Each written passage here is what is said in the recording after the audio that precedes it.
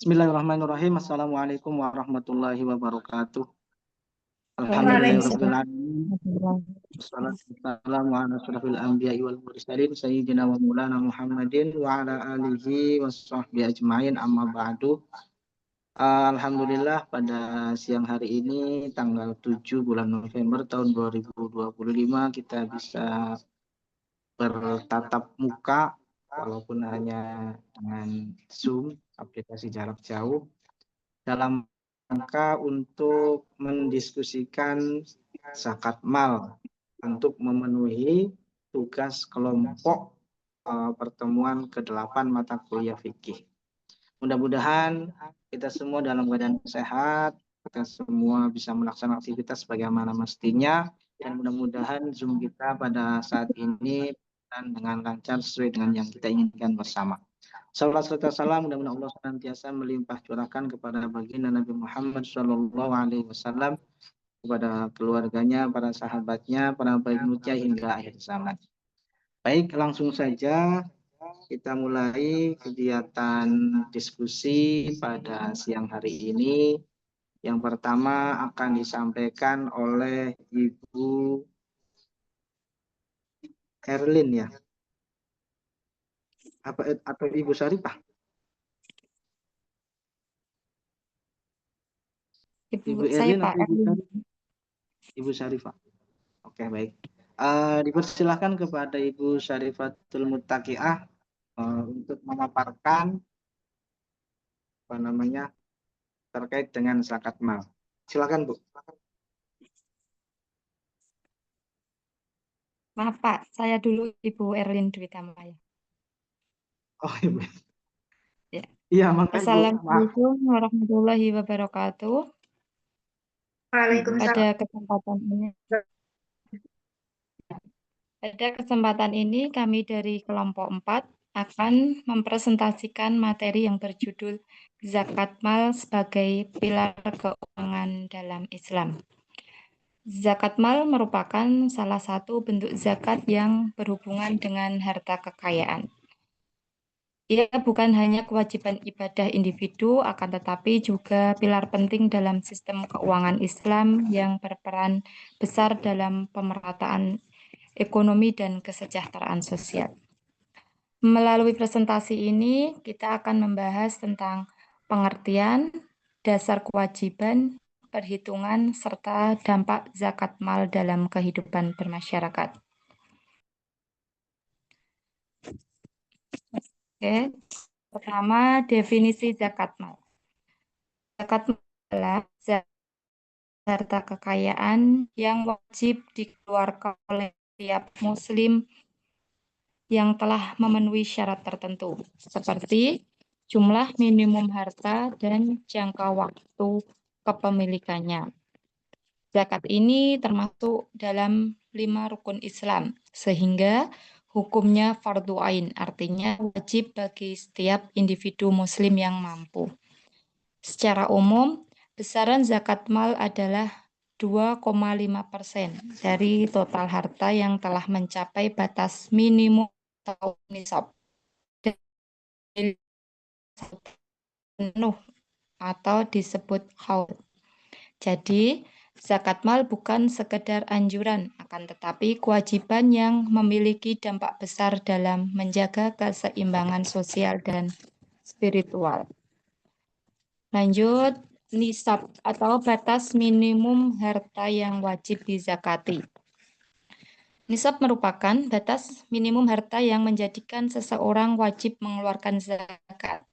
Untuk zakat mal, dihitung berdasarkan nilai emas atau perak. Jika menggunakan acuan emas, maka batas nisabnya adalah setara dengan 85 gram emas murni. Sedangkan jika menggunakan acuan perak, nilainya adalah 595 gram perak. Contohnya pada saat ini harga emas itu 1 gramnya 2 juta, maka nisab zakat malnya adalah 85 gram dikali 2 juta rupiah, sama dengan 170 juta. Yang artinya jika total harta kita di bawah jumlah tersebut, maka belum wajib zakat.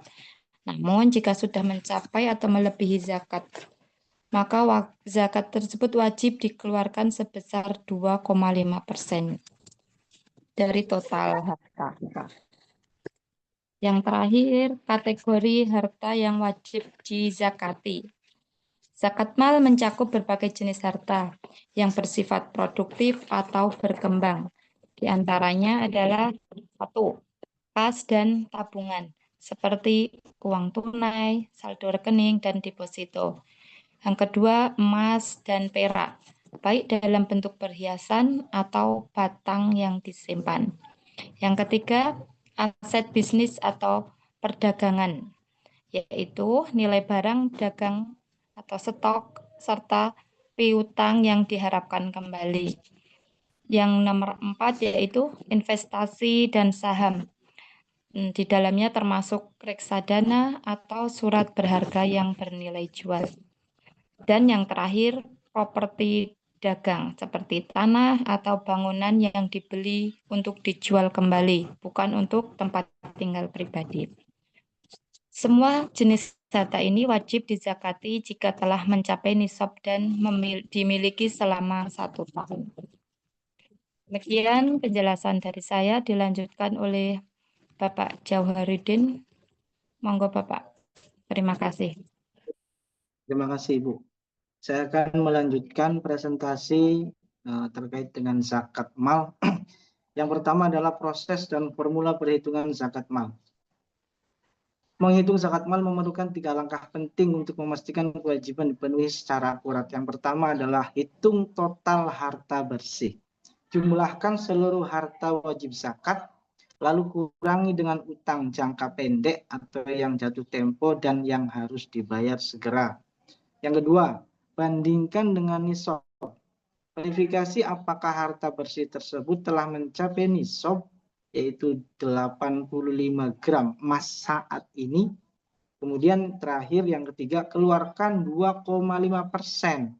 Jika nisab terpenuhi dan haul atau kepemilikan selama 1 tahun telah berlalu, zakat yang dikeluarkan adalah 2,5% dari total harta bersih. Contoh, jika total harta bersih adalah 100 juta, ini 100 juta itu gas emas. Berarti kalau misalnya kita punya 100 gram berarti 100 juta. Kewajiban zakatnya adalah 2,5% kali 100 juta, maka 2.500.000. Jadi kalau misalnya saat ini emas 2 juta atau bahkan lebih, maka jika kita mempunyai 200 juta, maka kita sudah bisa mengeluarkan zakat 2,5% atau setara dengan 5 juta rupiah.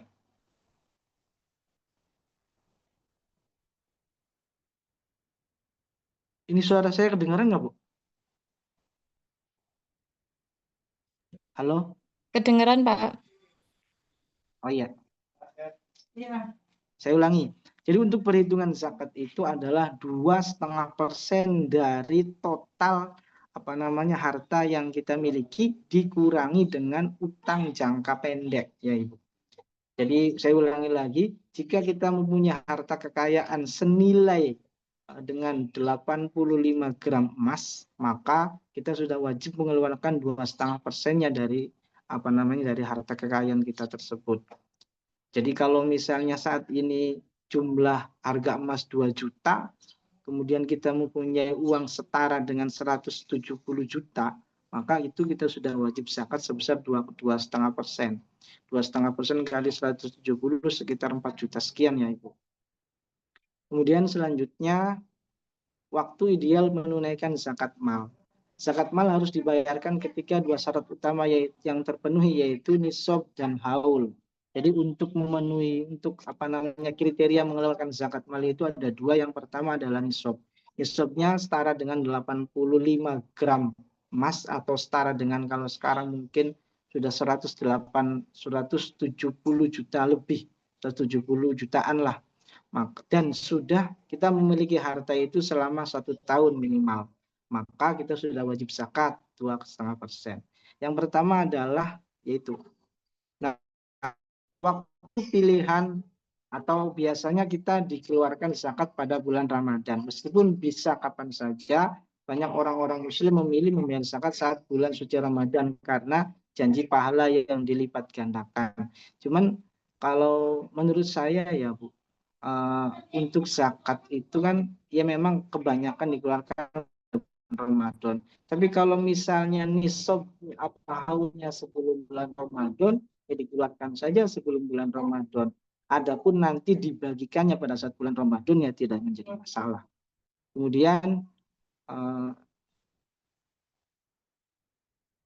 mustahik zakat atau orang yang berhak menerima zakat. Yang pertama adalah fakir. Fakir yaitu orang yang tidak mempunyai harta atau hasil usaha pekerjaan untuk memenuhi kebutuhan pokoknya dan tanggungannya. Jadi tidak punya harta dan tidak punya pekerjaan. Kemudian yang kedua adalah miskin. Miskin adalah orang yang mempunyai harta dan hasil usaha tetapi masih belum mencukupi untuk memenuhi kebutuhannya. Jadi miskin ini lebih atas daripada fakir. Kemudian yang ketiga adalah sabilillah, yaitu orang yang berjuang di jalan Allah seperti berperang, berdakwah, dan menerapkan hukum Islam. Yang keempat adalah mu'alaf. Mu'alaf adalah orang yang dianggap masih lemah imannya karena baru masuk Islam atau orang yang Islam. Yang kelima adalah gharim. Gharim adalah orang yang memiliki hutang, menanggung hutang, tidak sanggup untuk membayarnya. Selanjutnya yaitu Ibnu Sabil, yaitu orang yang dalam perjalanan atau musafir yang kehabisan bekal. Amil adalah panitia penerima dan pengelola dana zakat. Terakhir yang nomor 8 yaitu Rikob. Rikob adalah budak atau hamba sahaya. Selanjutnya akan disampaikan oleh Ibu Syarifatul Muttaqiah. Silakan Ibu. Baik, terima kasih Bu Erlin dan Pak Johar. Di sini saya akan melakukan presentasi mengenai dampak sosial dan juga ekonomi dari zakat mal. Zakat sendiri itu berfungsi sebagai mekanisme redistribusi kekayaan yang memiliki efek mendalam bagi masyarakat. Yang pertama dampaknya adalah mengurangi kesenjangan. Dalam hal ini, menarik kekayaan dari yang mampu untuk didistribusikan kepada yang membutuhkan. Jadi menjembatani jurang ekonomi. Lalu yang kedua adalah bantuan kemanusiaan. Dana zakat disalurkan untuk membantu korban bencana alam, anak yatim, dan masyarakat yang rentan yang memerlukan ulur tangan segera. Lalu yang ketiga ada mendorong solidaritas. Dalam hal ini adalah membangun rasa persaudaraan yang kuat dan kepedulian bersama dalam umat Islam, menciptakan harmoni sosial. Lalu yang terakhir adalah peningkatan kesejahteraan. Dalam hal ini digunakan untuk program-program produktif seperti modal usaha bagi fakir miskin, membantu mereka keluar dari garis kemiskinan. Lalu kisah nyata atau zakat itu mengubah kehidupan.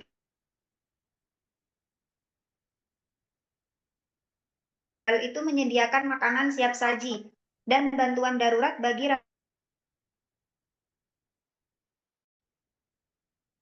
hari. Lalu yang kedua, kelangsungan hidup di Afrika.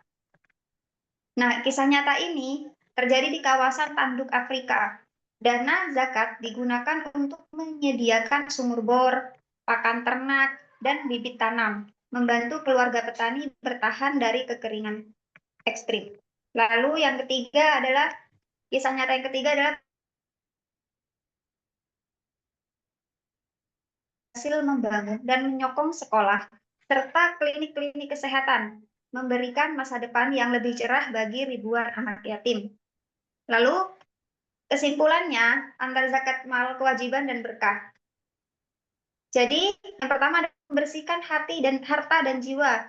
Nah, zakat sendiri ini adalah mekanisme ilahi untuk membersihkan harta kita dari hak orang lain dan membersihkan jiwa dari sifat kikir. Lalu yang kedua, membangun keadilan sosial. Nah, melalui zakat, kita berkontribusi aktif dalam mengentaskan kemiskinan dan juga menciptakan tatanan masyarakat yang lebih adil dan seimbang. Lalu yang ketiga, mencari keberkahan, di mana menunaikan zakat mal dengan ikhlas adalah investasi abadi yang membawa keberkahan dan pahala di dunia maupun di akhirat. Nah, dalam hal ini mari kita tunaikan zakat mal, penuhi kewajiban, dan raih keberkahan dalam setiap rezeki yang kita miliki.